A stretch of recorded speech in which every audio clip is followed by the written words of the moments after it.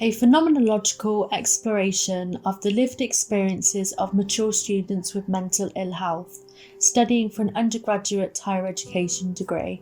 Conducted by Dr. Alexandra Sewell, Anastasia Kennett, Rebecca Williams and Harry South. The first theme emerging from our research was conceptualised as a very difficult and uncontrollable experience. Participants presented an interpretation of their experiences of mental ill health as rooted in the perception of it being hard to control and feeling like it had its own power. The experience was viewed as something that made daily life uncomfortable due to lack of control. It was therefore unwanted. Repeated and intrusive overthinking was interpreted as an uncontrollable and difficult experience of mental ill health that impacts upon studies, as it can take a long time to do assignments, and in lectures it can take a lot of effort to listen. Previous experiences of mental ill health prior to university were interpreted as particularly difficult and uncontrollable for all participants. One mature student said, "I struggle with anxiety around driving, and I have a 35-minute journey from work to uni, which is barely enough time between my shift ending and the lesson beginning. Often I am late leaving work because of my responsibilities there. Already tight on time and feeling anxious following the drive, I then must juggle my bags, books and laptop while I head to the parking machine, pay for parking, get back to the car and get to lesson." The second theme emerging from our research related to a belief that symptom control is required to succeed in higher education. The interpretation that mental ill health had a power of its own and made life difficult led to a related interpretation that in order to succeed in higher education, attempts to control mental ill health are required. Participants reported attempts of symptom control to do well in their degree. However, it was the experience of success as a result of symptom control attempts that differed. Examples of symptom control attempts included sitting somewhere safe, listening to music, driving, or going for a walk. Management attempts had coalesced with success in higher education, so that studying and learning themselves had become effective strategies and successful in controlling and managing emotions associated with their mental ill health. It was interpreted as occurring on an emotional level and also in the cognitive domain. One mature student told us that having a coffee out with my friends is a really good distraction for me when I am struggling. I do not tend to tell others about my problems, so forcing myself to wear a mask improves my mindset. I listen to the difficulties others are having, and in offering them empathy and solutions, I am able to reconsider and work through my own difficulties. It is easier to hide your feelings when you are out in public. If I did this at home, I might be inclined to break and reveal my problems. Another mature student said, "The thing about being a mature student, or any student at all, is the amount of time you spend at your desk. My desk is a place where I zone into work mode, and once I leave that space, I cut myself off in order to relax and to have time to recoup. My mental health is important to me, and if I find that I am working too hard at any given point, I withdraw from my desk and avoid it. It is a place of absolute focus, a place I spend 5 hours a night. With the baby in bed fast asleep, I work. This is life for a full-time student and full-time parent, but it gets the work done. I enjoy working and achieving my goals, don't get me wrong, but I also have to achieve good and stable mental health for myself and for my family." Conformity to student social norms and belonging. We found that the mature students in our research were aware that younger undergraduate students reenacted university social norms, of which mature students also felt that they had to perform. However, this was placed alongside mature students yearning to be themselves, and consequently created feelings of not belonging to the group even though they wanted to. This was found to exist in places such as lectures, nights out and students' accommodation.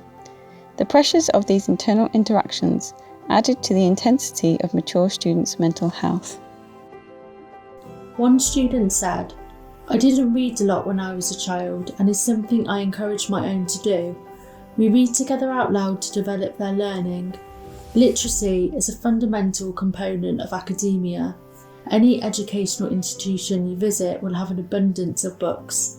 I like to make sure my child's library is vibrant, fun and engaging, so they learn to love reading and will go forth to love academia as much as I do. Another mature student said, "I may be old-fashioned, but I do not like social media. I do not like the way that people portray themselves as having wonderful lives, nor how people use it as a platform to play the victim. My own need to help people means that when people do pose difficulties, I feel the need to genuinely help, which can take up precious time that I do not have to spare, and those people I feel I am helping have no value for that. I feel I have an online presence in too many places for me to safely monitor, and this causes anxiety for me." A second chance is a final chance. This was a theme that spanned across all of our participants. To the mature students in our research, their access to university was understood to be a second chance to do well, after missing out on the opportunity previously. This resulted in the mature students feeling an overwhelming pressure to succeed, as this was also perceived to be their last chance of success.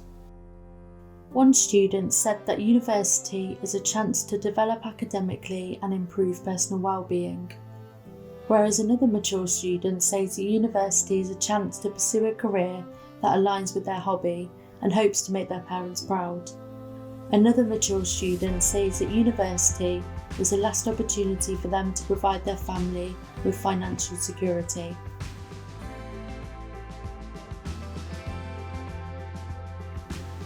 Mature students who are experiencing difficulties with their mental health can seek support through the University of Worcester. Support is free for all students and can be found in a variety of ways, such as contacting your personal academic tutor or module tutors for academic support, or getting in touch with the Students' Union, who are able to represent your views and provide additional advice or signposting. The Students' Union can be located on the St John's campus, or alternatively, you may find their website helpful at www.worcsu.com. All of the support can be found by contacting First Point, such as with finances, accommodation, career advice and student support and wellbeing services. First Point can be contacted either on-site via the Pearson Study and Guidance Centre at the St John's campus or by telephone on 01905 54 2551. Alternatively, First Point can be contacted by their email address at firstpoint@worc.ac.uk. If you are in need of the Student Support and Wellbeing Service, you might wish to sign up to Fancy a Cuppa. This is held twice weekly during the afternoon and gives you an opportunity to feel part of a community and to share your experiences. Email fac@worc.ac.uk to sign up. You may also request a 30-minute triage appointment to discuss your concerns, and this can be booked from First Point. This is known as a STAR appointment. An appointment will be arranged as quickly as possible to discuss your worries with you and to set out a support strategy. Emergency appointments are also available. From here, it may be arranged for you to meet with the Counselling and Mental Health Service for further counselling support.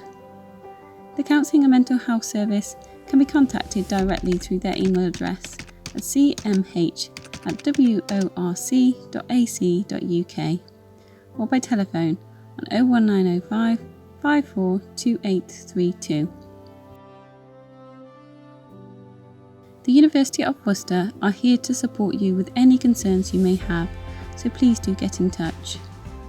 Alternatively, you may wish to contact the Samaritans helpline, who are contactable day or night by telephone on 116123 or through their website at www.samaritans.org. A further helpline which might be helpful is CALM. CALM.